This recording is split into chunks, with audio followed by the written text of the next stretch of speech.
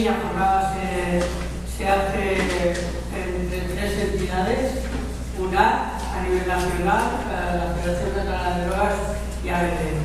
Empezamos con lo que ABD queríamos hacer esta jornada para nuestros propios directivos y hablando con la Federación pues también pensando que podían beneficiarse. Esta idea de trabajar los temas de contratación público-privada pues nace también en la UNAC a nivel nacional con un estudio que posteriormente os presentarán. Y era un poco ver qué es lo que estaba pasando a nivel nacional, de qué se nutrían, cómo se financiaban nuestras organizaciones.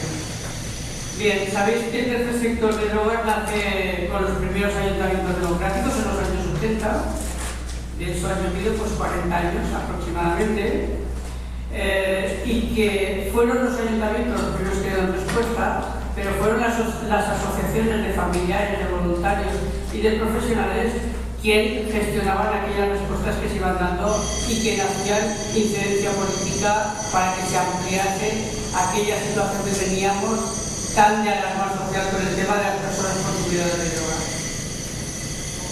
Desde entonces ahora la situación ha cambiado muchísimo, han sido 40 años de ir creciendo y teniendo una red de atención.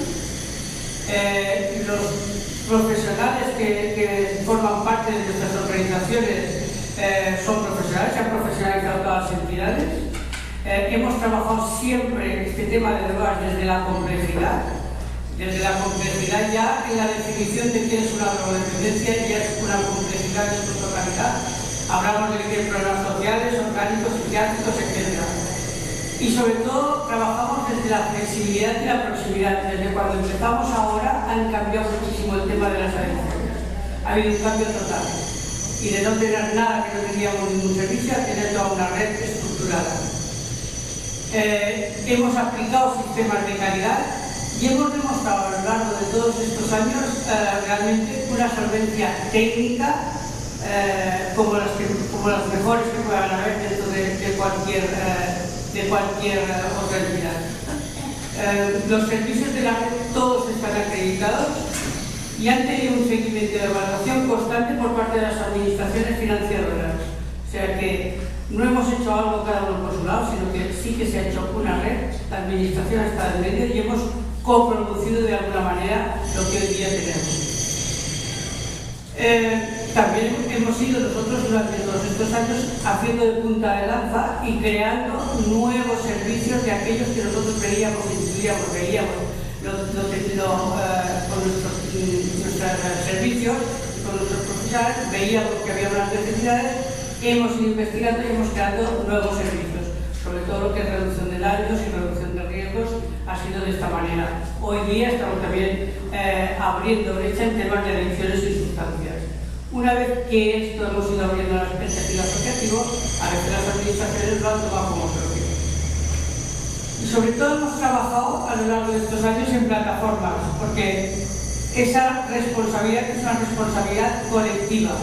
Y desde estas plataformas lo que hemos visto que teníamos que trabajar era mejorar el modelo de intervención, intercambiar buenas prácticas, profundizar en necesidades, incidir conjuntamente en las políticas públicas. O sea, sobre todo hemos trabajado por las causas por las que habíamos nacido.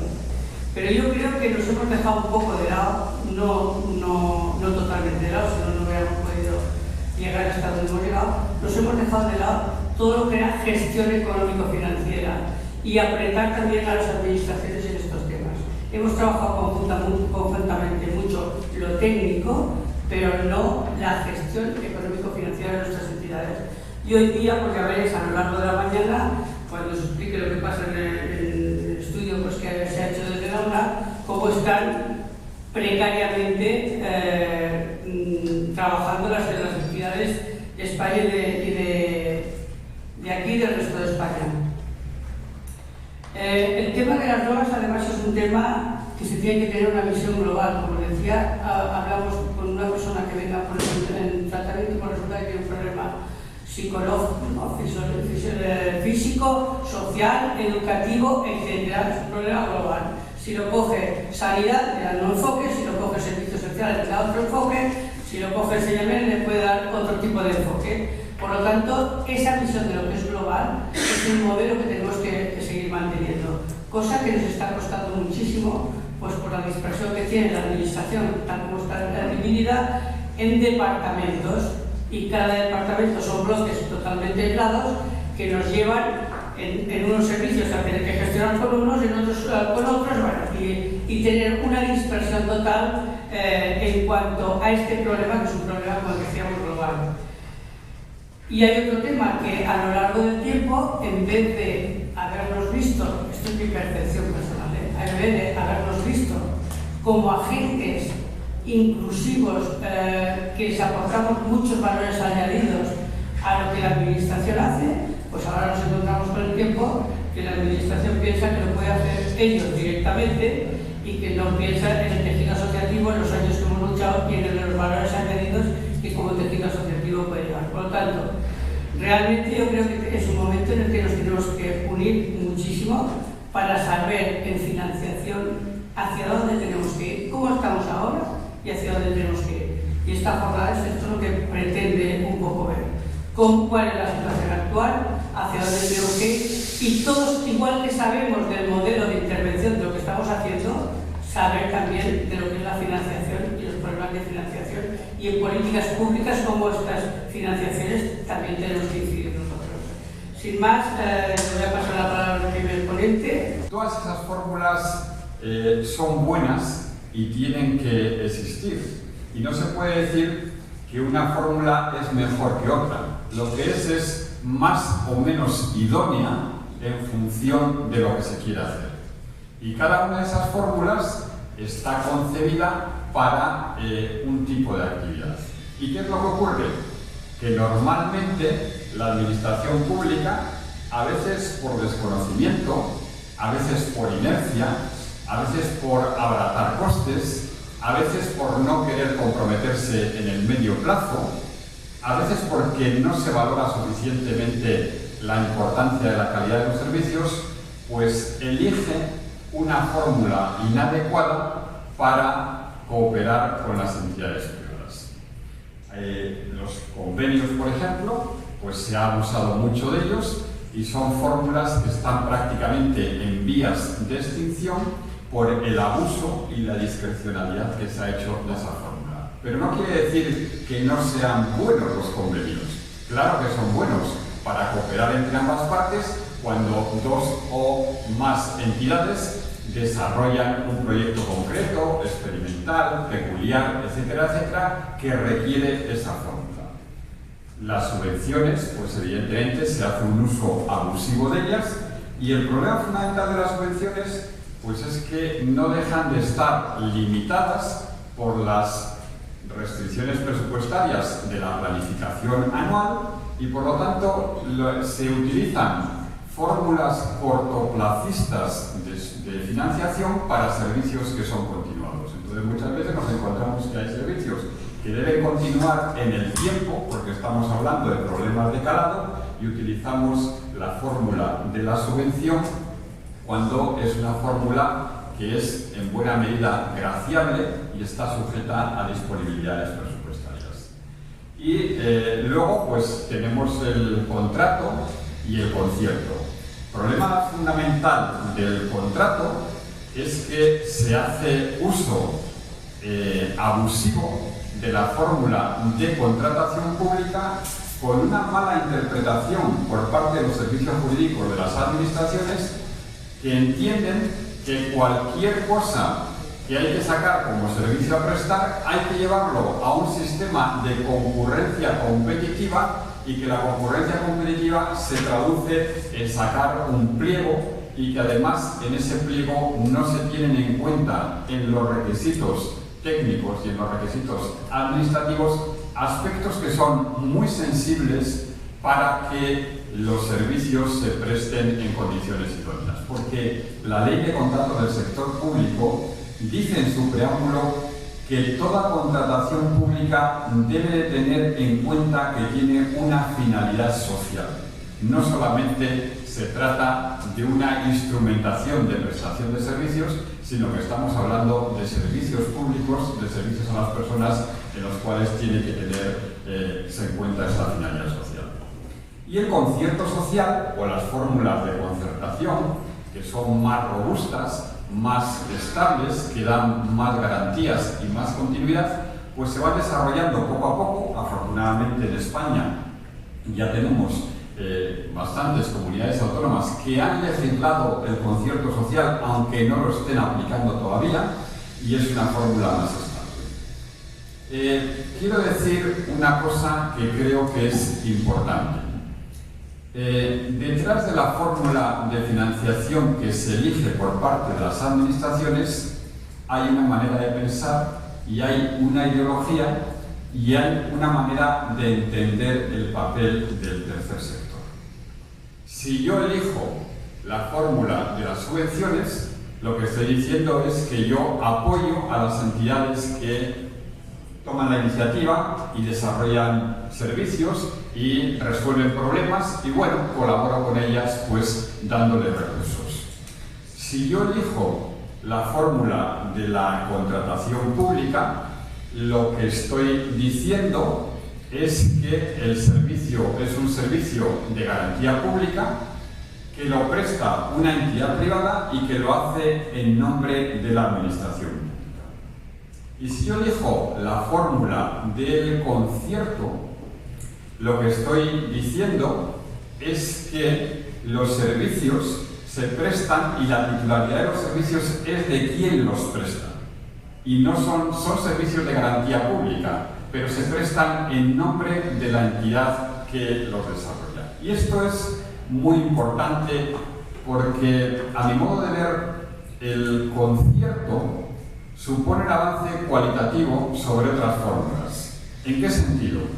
En el sentido de que el concierto, y esto lo dicen los alemanes que llevan muchos años aplicando el concierto, y los austriacos, el concierto entiende que no se debe operar bajo el principio de la subsidiariedad, sino que entiende que tiene que haber una administración pública fuerte y una sociedad civil fuerte, y que lo que tiene que darse es una buena cooperación entre administración pública y sociedad civil, y que no se trata de externalizar servicios a la sociedad civil para empobrecer o empequeñecer a la administración pública, sino que ambas cosas son necesarias y que, digamos, un desarrollo maduro de los servicios requiere una administración pública potente y una sociedad civil cohesionada, activa, etcétera, etcétera. Mientras que si yo contrato, lo que opero es con el principio de la subsidiariedad. Y a todos nos suena esto de que la administración pública hace lo que tiene que hacer, las ONG son subsidiarias de la administración pública y allí donde la administración pública no puede llegar, utiliza el brazo armado de las ONGs para que hagan aquello que la administración pública no puede hacer. Y por lo tanto, pues en esta segunda idea fuerza de que no se utiliza la fórmula adecuada para la financiación de servicios, pues el mensaje es claro: tenemos que ir hacia, primariamente, no en exclusiva, pero preferentemente hacia las fórmulas de concierto social, porque son fórmulas más estables, porque no parten del principio de la subsidiariedad, sino que parten del reconocimiento de que tiene que haber administración pública fuerte y sociedad civil fuerte, y que eso va en beneficio de las personas, y porque son fórmulas que además consiguen robustecer el tejido social y la cohesión social para dar respuesta a las necesidades sociales. Y luego la tercera idea que quería desarrollar es que en este caso ya es para las entidades del campo de las adicciones, que es en la que hicimos el estudio, pues es que las entidades en el campo de las adicciones están insuficientemente financiadas, es decir, están mal financiadas y no están financiadas por los procedimientos o fórmulas por las que deberían de estar financiadas. Y esto, dependiendo con quién lo comparemos. Si lo comparamos con otros sectores, como puede ser el sector de la discapacidad, pues podríamos decir que comparativamente están peor financiadas y por fórmulas menos adecuadas. Si lo comparamos con otros sectores, pues a lo mejor están en la media, pero lógicamente tenemos que compararlos siempre, tenemos que ser retadores, ¿no? Tenemos que compararnos con los que mejor están y no vamos a compararnos con los que peor están. ¿Y esto, pues, en qué se demuestra? Pues se demuestra en que si bien la administración pública y preferentemente la administración pública autonómica, esto es una muestra a nivel estatal, por lo tanto quizás no tenga reflejo y validez, por supuesto, la estadística para Cataluña, pues la administración pública financia en buena medida servicios, pues, y especialmente la administración autonómica es la que financia servicios, pues esos servicios muchas veces no cubren, o esa financiación no cubre el 100% del coste de los servicios. Y entonces nos encontramos con servicios, ahí tenéis 5 tipologías de servicios, que son servicios que en buena medida deberían de ser financiados por la administración pública, porque deberían de ser garantizados, y el coste de los servicios no es asumido en el 100% por la administración, sino que en muchos casos la financiación pública tiene que ser complementada por otras fórmulas de financiación, bien sea financiación propia o de otro tipo, ¿no? Y por lo tanto las entidades del campo de las adicciones tienen que aportar fondos propios o fondos que consiguen por otras vías para mantener los servicios. Es muy importante, evidentemente, que las entidades sociales diversifiquen sus fórmulas de financiación, que se financien de fondos públicos, que se financien de fondos privados y que se financien de fondos propios, que también generen recursos con su actividad. Pero es muy importante que aquello que son servicios que deben de ser de garantía pública, porque están dentro de las responsabilidades públicas y deben de estar dentro de una garantía de servicios, y hay que aspirar a que sean derechos subjetivos garantizados, que esos servicios se garanticen con financiación pública y se financien en su totalidad con financiación pública. Y cuando vamos a las fórmulas, pues ¿qué es lo que vemos? Pues lo que vemos es que se hace un abuso de las fórmulas de subvención, que es una fórmula que, como he dicho, es cortoplacista y no está concebida para garantizar y apoyar el desarrollo de servicios que deben de estar financiados en el medio y en el largo plazo. Y cuando se usa la licitación, no siempre se utilizan en los requisitos de acceso a las licitaciones y en las fórmulas y en el uso que se hace de las cláusulas sociales, pues no siempre se hace un uso correcto de la fórmula de la licitación. En definitiva, excesivo uso de la fórmula de las subvenciones y un mal uso de la fórmula de la licitación o la contratación, e inexistencia de la fórmula del concierto, que es aquella a la que he dicho y he insistido que deberíamos de aspirar. Y mirando al futuro, y ya con esto finalizo, pues hacia dónde tenemos que aspirar y qué es lo que tenemos que buscar. Pues tenemos retos en el medio plazo y tenemos retos en el corto plazo. Y en el medio plazo tenemos que avanzar hacia modelos de financiación más sostenibles. Y en el corto plazo lo que tenemos que conseguir es que las fórmulas por las que ahora nos financiamos se apliquen mejor, es decir, que se haga un mejor uso de las fórmulas por las que actualmente nos financiamos. Largo plazo, y lo hago de modo telegráfico.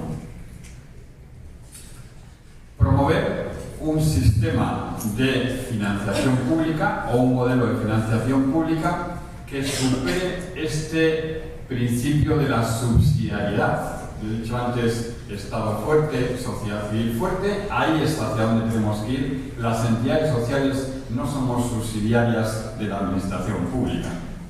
Existimos porque tenemos una función, tenemos un papel, tiene que ser reconocido y eso es muy importante para la cohesión social y por lo tanto hay que ir a desarrollar ese discurso y hay que promoverlo. En segundo lugar, nuestros argumentos deben de estar basados en evidencias y no en retóricas. A veces demostramos evidencias, pero a veces no demostramos suficientes evidencias de qué. De que cuando desarrollamos los servicios aportamos un valor añadido que no aportan las empresas. Y esto, que mucha gente lo entiende, que cuando hacemos el trabajo de las ONG lo hacemos distinto, lo hacemos con valores, con más compromiso del entorno, etcétera, etcétera, esto no vale solamente decirlo, hay que demostrarlo y hay que demostrarlo con evidencias, porque las políticas sociales actualmente en toda Europa tienden a lo que se llama el evidence-based approach, es decir, un enfoque basado en evidencias. Y por lo tanto tenemos que ser más cuidadosos demostrando las evidencias de lo que conseguimos. Tercer reto, pues si otros sectores, yo antes me he referido al campo de la discapacidad, han conseguido fórmulas de financiación más estables, ¿por qué en otros ámbitos no se avanza hacia fórmulas de financiación más estable? Pues tenemos que intentar conseguir lo que se ha conseguido en otros sectores.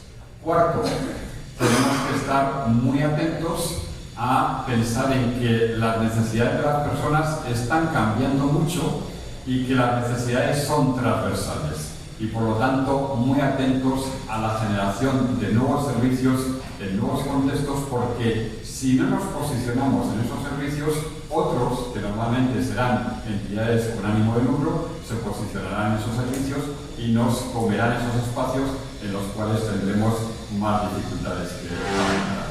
Y quinto, lógicamente, esto requiere cooperación interna. Yo dije que había cooperación y competencia, que las entidades de las adicciones también compiten entre ellas, pero lógicamente hay muchos más intereses compartidos entre las ONGs entre ellas que entre las ONGs de las empresas, y hay muchos más intereses compartidos entre las ONGs de adicciones entre ellas que entre las ONGs con el conjunto del tercer sector, y es muy importante que esa cooperación sea operativa, porque en los últimos años, y aquí tenemos personas que han sido líderes que han hecho mucho por las plataformas y redes, en las últimas décadas se avanzó mucho en cooperación de segundo y tercer nivel, en redes y plataformas, pero se avanzó muy poco en cooperación operativa sobre el terreno, en proyectos conjuntos, y las empresas colaboran en proyectos conjuntos sobre el terreno y lo saben hacer muy bien y se ponen de acuerdo perfectamente para desarrollar servicios en conjunto. Y las ONGs, como cada uno somos aquí con nuestra impronta, que aparentemente es excluyente, la impronta de los demás, pues tenemos muchas dificultades para cooperar entre nosotros. Y luego, además de esos retos que son retos a medio plazo, pues tenemos que estar muy atentos a lo que podemos hacer en el corto plazo. Bueno, hi ha una ofensiva que busca després del sector. Fins i tot m'atreviria a dir que determinats partits polítics o determinats grups parlamentaris o determinats ajuntaments o administracions també, no dic desprestigi, però que d'alguna manera també tenen una actitud sorprenent envers el tercer sector social. Tota aquesta introducció la faig i diré, ostres, ara d'aquesta aixafar la guitarra, no? Tot això ho dic afegint que crec que tots tenim clara la fortalesa que té el tercer sector social, i que justament per això, per aquesta fortalesa que tenim, segurament alguns tenen ganes de desprestigiar-nos, no? Però ho faig per vincular-ho al que és la proposta que jo avui vinc a presentar. Després parlarem de moltes coses perquè tot té moltes derivades, però nosaltres el que bàsicament volíem avui era fer arribar a qui encara no ho conegui prou quina és la proposta que el tercer sector, ho estem fent com a confederació, però evidentment en representació de tot el tercer sector i de la mà de la taula de les federacions del tercer sector, quina és aquesta proposta que estem defensant, que lliga amb aquest model de consens social que ens comentàvem abans. Nosaltres, i ara hi aniré, hem fet una proposta de llei d'acció concertada amb la iniciativa social sense afany de lucre, per la gestió de serveis d'atenció a les persones. Aquest és el títol del tot. I el títol del tot, que és molt llarg, ho diu tot. I és intencionadament llarg i ho diu tot intencionadament. La iniciativa social sense afany de lucre a Catalunya, i si algú ens vol corregir que vingui i ens ho digui, es diu tercer sector social. No hi ha iniciativa social sense afany de lucre a Catalunya en el sector de serveis a les persones que no sigui iniciativa social sense afany de lucre. Podíem fer servir tercer sector social, ja el fem servir, però iniciativa social té un valor, té una força que ens era important ressaltar. Acció concertada és la fórmula, perquè acció concertada és aquest model que s'explicava al costat de subvencions, de convenis o de contractació, i de serveis d'atenció a les persones, en sentit ampli, més enllà de la cartera de serveis, que és un altre element important, molt important. És evident que és fonamental la cartera de serveis, una part molt important del que gestionem des del tercer sector és cartera de serveis socials, però també hi ha tota una part d'activitat del tercer sector social, sense anar més lluny, tot el lleure educatiu, però també una part dels serveis penitenciaris o altres serveis que no estan dins de la cartera de serveis i que, per tant, volem que s'incloguin dins d'aquest programa. I tota aquesta reivindicació d'una llei, perquè un dia ens despertem, allà l'any 16-17, ens despertem i diem volem una llei d'acció concertada pel tercer sector amb el tercer sector social. Per què? Doncs per una banda perquè teníem unes directives europees, que després hi entrarem, que n'ha parlat abans també el José Manuel, però sobretot perquè veiem l'oportunitat única de concretar quelcom que històricament el tercer sector social havia reclamat, que era aquest reconeixement. S'ha dit abans, i comparteixo absolutament la idea, que la manera en què l'administració estableix la relació amb les entitats del tercer sector és indicador de coses, és indicador de voluntat política, és indicador de plantejament ideològic. Algú ja ens va ensenyar també, algú expert en contractació pública, que la contractació pública per la concertació és la més important de les estratègies polítiques per gestionar un ajuntament, per exemple. Per tant, volíem que es concretés. Tots els representants de primer, segon i tercer nivell que hem anat a veure des dels últims 15, 20, 25 anys, poseu ja el temps que voleu, a grups parlamentaris, presidents de la Generalitat, ajuntaments, alcaldes i alcaldesses de Barcelona, hem sentit que el tercer sector és fonamental, que el tercer sector és clau, que el tercer sector és estratègic. Fantàstic. No dic que tot s'hagi quedat en paraules, perquè sí que evidentment hi ha hagut algunes concrecions, però mai hem tingut aquell punt de concreció necessari, aquesta aposta real pel tercer sector social. Aquest no som un proveïdor d'un servei públic simplement, aquesta subsidiarietat que es parlava abans, sinó aquesta real col·laboració. Per tant, nosaltres posàvem en marxa, des de la visió del tercer sector, aquest model i aquest valor social que podíem afegir. Afegint aquí també el que deia José Manuel abans, del dit al fet, allò que diem, també després, evidentment, disposadíssims a acreditar. Clar, parlem de gestió de serveis a les persones. Gestió de serveis a les persones, què és? Moltíssimes coses. És estat de benestar, és atenció a les persones del nostre país, als col·lectius més vulnerables especialment, però també a altres col·lectius, a la nostra gent gran, als nostres infants, a les persones que tenen alguna dificultat. Tot el que coneixeu perfectament. Gestionar tot això, fer aquest servei, no es pot fer de qualsevol manera. I un país ha de decidir com ho vol fer. I cada país decideix com ho vol fer. N'hi ha alguns que decideixen directament no fer-ho. L'individu busqui la vida i s'afanyi com vulgui. Però els països avançats, els països fonamentats en models de socialdemocràcia, d'estat de benestar, com ho vulguem dir, aposten. I per tant nosaltres aquí posem el que el tercer sector ha anat construint i que no s'ha tret de la màniga fa 2 dies. I aquest és un element important que li voldria ressaltar avui. Se'm fa una mica raro dir-ho així, però ho diré així. Orgull tercer sector, perquè potser a vegades també ens en falta. És a dir, el tercer sector no va néixer ell. Tots i cadascun de nosaltres, amb la nostra feina de formiguetes, hem anat construint un model, amb errors, segur, amb equivocacions, amb trasquillades, però hem construït un model basat en tots aquests elements que es veuen aquí. Quan parlem de lucrativitat i inversió de beneficis, que a més és un concepte que cada cop perd més valor, és com si, ostres, una altra vegada sense afany de lucre. Escolti, sense afany de lucre vol dir que la gent que ha constituït l'associació, la gent que ha constituït la cooperativa d'iniciativa social o la gent que va fer la fundació va optar per no repartir excedents. Ja està, no passa res, n'hi ha altres que reparteixen excedents, és absolutament lícit, però n'hi ha uns que van decidir no fer-ho. I no fer-ho vol dir renunciar a coses, i renunciar a coses vol dir perquè fèiem una aposta determinada. Per tant, hem de recuperar aquesta idea. Evidentment, la trajectòria i l'experiència, n'hem parlat abans, i ho diem sovint i no hem de cansar-nos de dir-ho.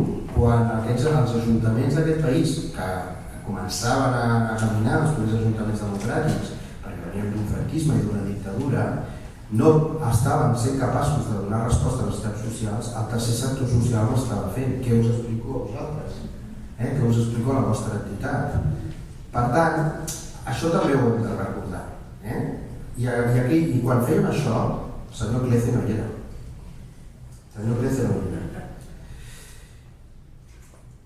Apostem, per tant, per un model de transformació social, perquè atendre persones, donar serveis d'atenció a les persones, i això també internament ho hem treballat, hem passat d'uns models, potser en algun moment assistencialistes, a un model transformador, a un model empoderador. Tot això també ho hem construït nosaltres, conjuntament, evidentment, amb els polítics, però ho hem fet nosaltres. Per tant, nosaltres apostàvem per això. I tot això amb una cirereta a baix, que és l'ocupació, el compromís amb la qualitat de l'ocupació. Que aquest és un altre gran tema.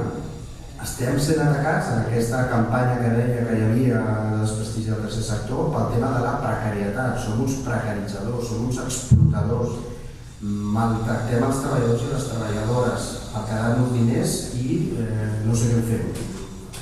Els directius guanyem uns sous descomunals, però no sé, o invertim en fons a les Illes Caimán, no sé què fem amb els diners. El tercer sector social es fonamenta en les persones. 70-80% de les estructures de costos són els professionals i les professionals. Qui té més interès que aquests professionals estiguin amb les millors condicions laborals possibles? Per tant, compromís amb la qualitat, retribució equitativa de la riquesa i mercat laboral integrador, que també és un tema important en aquest sentit. Des d'aquesta visió, des d'aquesta idea, en aquell moment ens convencem que cal superar el model. I aquesta ja és una afirmació que jo crec que en el tercer sector hem de fer clara i alta.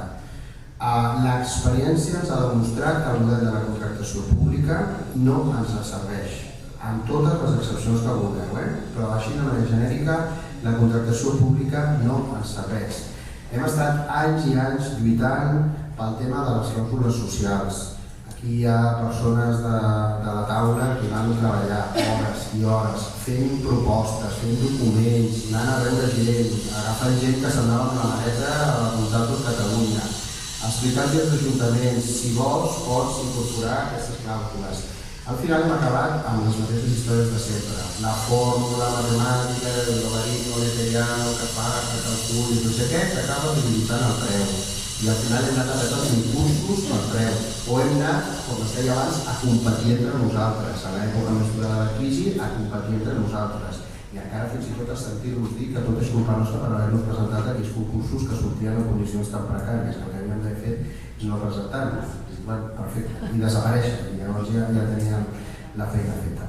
I el tema de subvencions i convenis, doncs també es comentava abans, la subvenció té un sentit per determinades situacions, però s'ha acabat utilitzant de manera equivocada, de manera, a més, com es comentava, absolutament graciable i amb derivades també complexes. Tenim casos, no sé si els heu viscut vosaltres directament, però tenim casos de grans projectes que tenien que ser un contracte, en tot cas un contracte de molts milers d'euros que un dia deixen de fer-se perquè no hi ha subvenció. No és només que l'entitat perdi la dotació aquella econòmica, és que darrere hi ha 100, 200, 300, 400 treballadors i treballadores als quals no podem aplicar la clàusula del contracte de subrogació, perquè no és un contracte que es quedi un altre, no hi ha subrogació. Per tant, l'entitat ha d'assumir aquest volum de treball. Per tots aquests elements és pels quals diem anem a analitzar aquestes directives europees del 2014 que es comentaven abans, Aquestes directives europees segurament ja les coneixeu, però el que venen a dir és això, que en determinats serveis, el que es parla de serveis d'atenció a les persones, caldria, o els estats, en aquest cas, en la transposició que fessin, tindrien l'oportunitat de fer-ho d'una manera diferent, d'una manera exclusiva, que encaixa en aquesta idea, entenc, si no que em corregeixi, encaixa en aquesta idea que transmetia el Senyor Fres, és veritat que hi ha un alt nivell d'interès pels serveis a nivell d'Europa, però justament hi havia aquesta voluntat de si més no preservar un determinat sector d'aquests serveis. I aquestes directives europees, que a més a més no us faré tota la història, però no es van transposar inicialment a la llei de contractes estatal, perquè va ser aquella època que va haver-hi un buit de govern amb el PP i en aquell moment no es va transposar en el termini corresponent, però posteriorment a la mateixa llei de contractes de l'any passat, el 2017, ja va incorporar la possibilitat d'excloure de la part de contractació la part de conservació. Tothom fa clàusules socials, la marca en dit de les clàusules socials millor que les nostres fins i tot, i allò que havia de ser un motiu de que el valor afegit específic del tercer sector social es pogués constatar amb indicadors i es pogués donar un valor concret, allò ha quedat, com us dic, desvirtuat. El que passa que el que no ha passat és que ja us he donat les clàusules socials i ja esteu contents o no, almenys podem dir a dia d'avui que ja no volem parlar de clàusules socials en aquest sentit, perquè veiem que no ens és útil pel nostre motiu. Moltes vegades també perquè no hem sabut, nosaltres hem de ser autocrítics, no hem sabut tampoc trobar aquests indicadors que ens hagin pogut contrastar i fer evident aquest valor afegit específic, també perquè no totes les entitats del tercer sector social, doncs potser com passa en altres àmbits, han estat possiblement exemplars amb la seva manera de fer i la seva qualitat, no tothom, i tot ho hem de reconèixer, i després també perquè l'administració, des del meu punt de vista, no va saber gestionar. L'administració no va saber gestionar, ho ha gestionat amb els seus interessos, posant-se decrets, i anem a fer-ho, i amb altres interessos que no estan alineats, en aquest cas, amb la llei d'aquestes clàusules socials, i per tant els sectors nosaltres hem perdut ja aquesta oportunitat i hem d'estar mirant cap a altres, que avui ho estem comentant, altres llocs, on puguem realment posar en valor aquest valor afegit del nostre sector. Una entitat com la nostra, que hem tingut també l'ocasió de col·laborar amb aquest estudi de l'alumnat que ens van demanar que el poguéssim estar compartint amb el Fresno, el grup motor, doncs nosaltres hem estat, a diferència del que diu l'estudi a nivell d'Espanya, per nosaltres les subvencions, per exemple, la fotografia respecte al nostre finançament com a entitat, les subvencions han estat un 14% el 2018, representat un 14%, i en canvi un 85% són les contractacions, però també dieu les licitacions. Per tant, nosaltres hem passat en aquesta història de no tenir res, l'administració deia, feu això, us parlo de l'inici de la democràcia, a tenir algun conveni i a licitar, a constantment licitar. O sigui, nosaltres som uns experts en licitació, i en guanyar, en perdre, en distintes tipologies. Si algun dia voleu contrastar, nosaltres d'això en sabem perquè hem viscut, com que a més hem de fer-ho del col·lectiu, sinó que hem anat sempre en aquesta transversalitat cap a les necessitats de la persona, estigui on estigui i li passi el que li passi, tot i venint de drogodependències, doncs nosaltres ens hem convertit en que aquest tema hem anat aprenent-ne. Per tant, per nosaltres, com a entitat a més del tercer sector social, ens hem sempre situat com una entitat que defensem drets, defensem causes, ho fem prestació de serveis i també, per tant, amb la importància dels professionals, que són claus per a la nostra organització, i també per la col·laboració ciutadana, el poder tenir voluntaris i voluntàries que d'alguna manera en el seu compromís ens estan ajudant a tirar endavant. Per tant, aquest tema, el vivim dia a dia, i el vivim dia a dia, com us dic, des de l'inici de la nostra organització. Nosaltres en aquest moment veiem diverses amenaces, no només aquestes 5, moltes d'altres, però aquestes són les que jo volia compartir també amb vosaltres avui. Per una banda, i molt en la línia del meu company del Joan, per una banda la funcionalització. Compte no la remunicipalització, els serveis ja són municipalitzats, per quan fa el discurs, la funcionalització. Hi ha una amenaça gran amb aquesta funcionalització dels serveis d'atenció a les persones. Moltes vegades des del món local, esteu parlant d'Espanya, la Generalitat, les comunitats autonòmiques, però és que les entitats també donem servei al món local, les diferents administracions, els contractes amb els ajuntaments. I no és el mateix treballar per un gran ajuntament que el visionen com a bones pràctiques i que crea un model per a altres ajuntaments que per petits. A veure, treballem per tot tipus d'ajuntaments, però com sabeu, l'Ajuntament de Barcelona és una de les nostres administracions en les que estem molt properes, però que veiem que els diferents ajuntaments tenen aquesta funcionalització com a amenaça cap al nostre sector que d'alguna manera ens està posant en risc. És una situació que ells, a través d'aquesta internalitzar serveis, que això és una cosa que es pot fer, però deixes de posar en valor l'externalització o aquest tercer sector social i posen en valor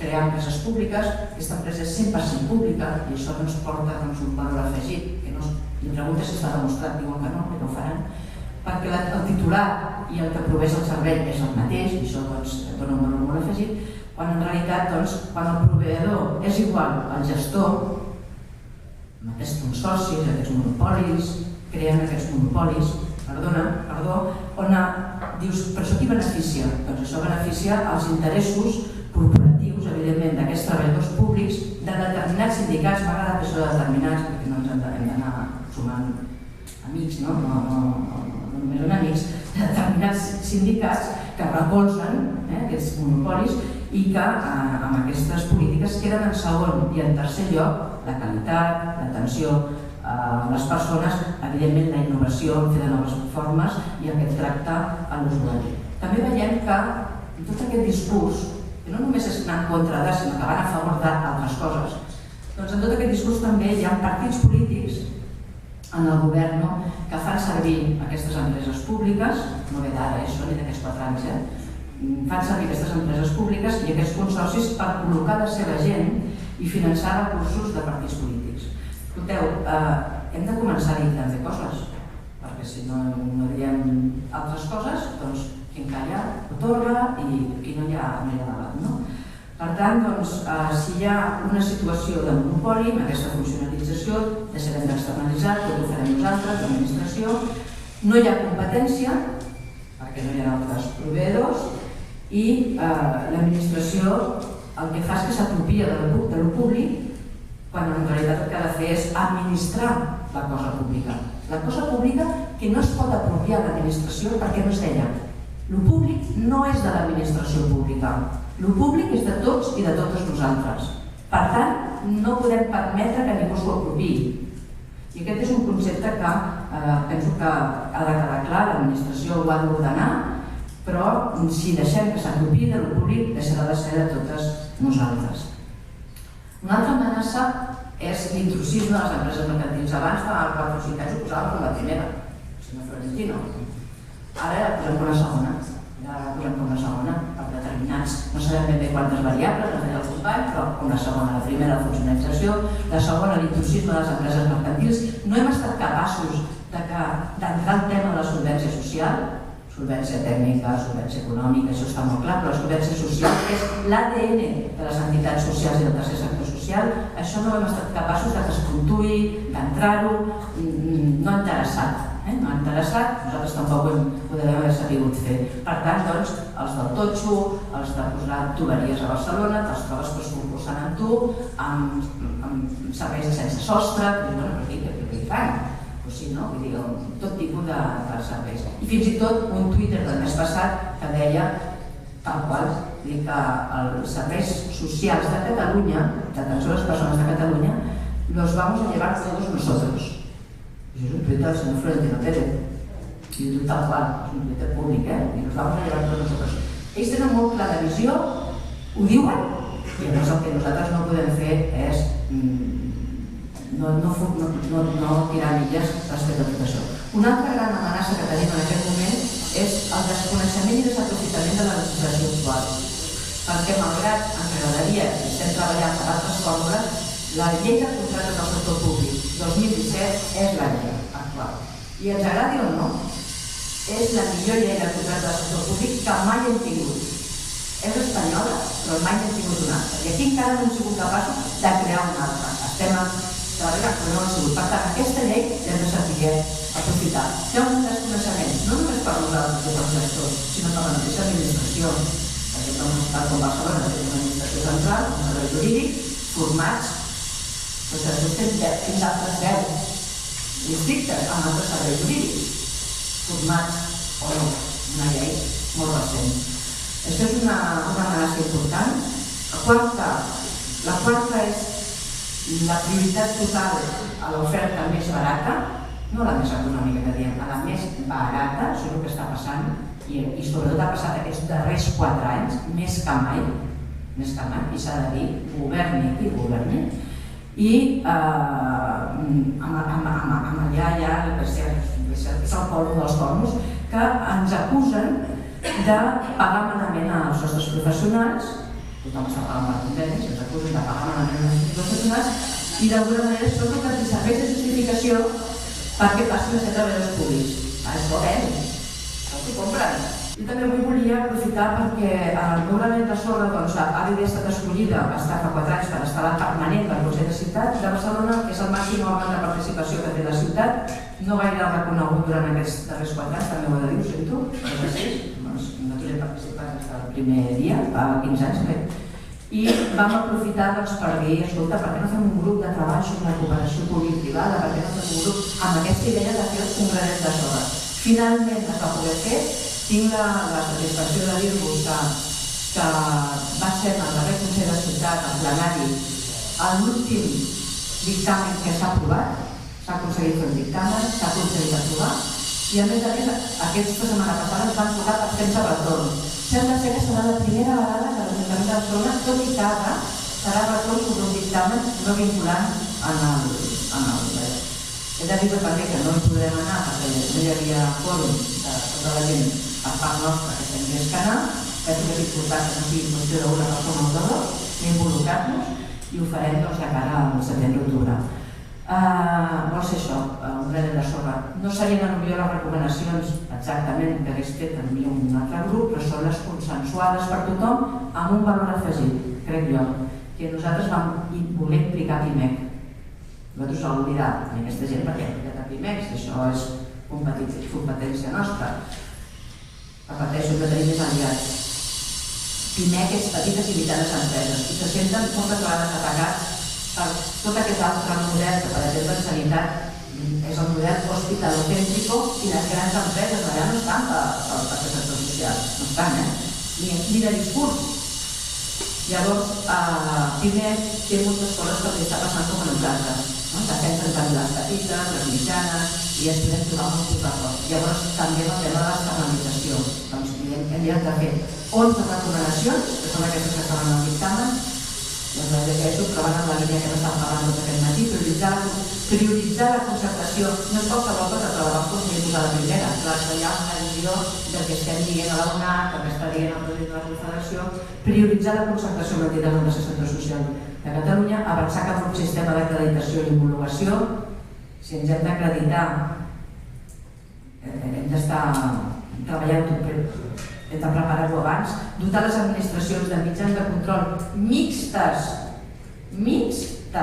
queda clar, no, de mixtes, estudiar les estructures de costos dels serveis, formació continuada dels tècnics sobre els marcs legals de la contractació pública, és que s'han de formar, millora de les condicions laborals a través dels convenis marc de cada col·lectiu.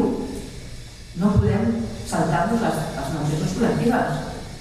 I l'administració ha d'estar pendent del que s'aprova la negociació col·lectiva, no en el plec de condicions, i després dir, compleixi el que diu aquest conveni i posi diners, l'administració que posi els diners per pagar aquest conveni. Hi ha prou de demagògies. Reducció de la morositat en contractació pública, també en relació a la subcontractació, és molt de PIMEC perquè es subcontracten i moltes vegades després no hi ha control i cobren tard els encàrrecs. Per estan aquí estan interessats que hi hagués més regulació al respecte. A l'ocupació del número de lots en funció de les dimensions de les entitats del territori, això seria una altra jornada, Per què no poden haver-hi 10 lots si hi ha 10 districtes a Barcelona, d'atenció domiciliària en el proper ple de condicions? Algú podria dir per què no poden haver-hi 10 lots? En funció de quins interessos no hi ha 10 lots? Vaig acabar. Impulsar una reforma de la llei del mecenatge, perquè, com deia Fresno també, hem de tenir més vies de finançament. No és competència de l'Ajuntament de Barcelona, però ara continuarem aquest grup en temes de fundraising i hem nosaltres també de ser proactius en això. Posar en valor el voluntariat, que sempre ha d'estar canalitzat a través d'una entitat social, no d'una administració. Impulsar un nou marc legal del sistema de contractació a Catalunya. Acabo amb els objectius de l'inici que ens vam plantejar i que crec que els compartiríem, que vam dir analitzar els avantatges de les empreses d'economia social del tercer sector i les entitats sense afany de lucre en la contractació pública, promoure l'externalització dels serveis públics com un instrument de millora de polítiques públiques. Els criteris d'adjudicació dels serveis anomenats d'atenció a les persones han de valorar l'eficàcia d'aquests i la cooperació pública-privada ha d'avançar cap a la concentració. Això ho aconseguir-ho pactar i ha estat aquest dictamen aprovat. No té que ser cap excusa per poder arribar-hi. I per tant, penso que nosaltres hem de fer de les clàusules socials de la concentració d'aquests serveis d'atenció a les persones, però que enmig tenim molt camí i que sobretot jo crec que en aquests moments s'està demostrant una gran responsabilitat i demagògia per part de les administracions. No havia passat mai.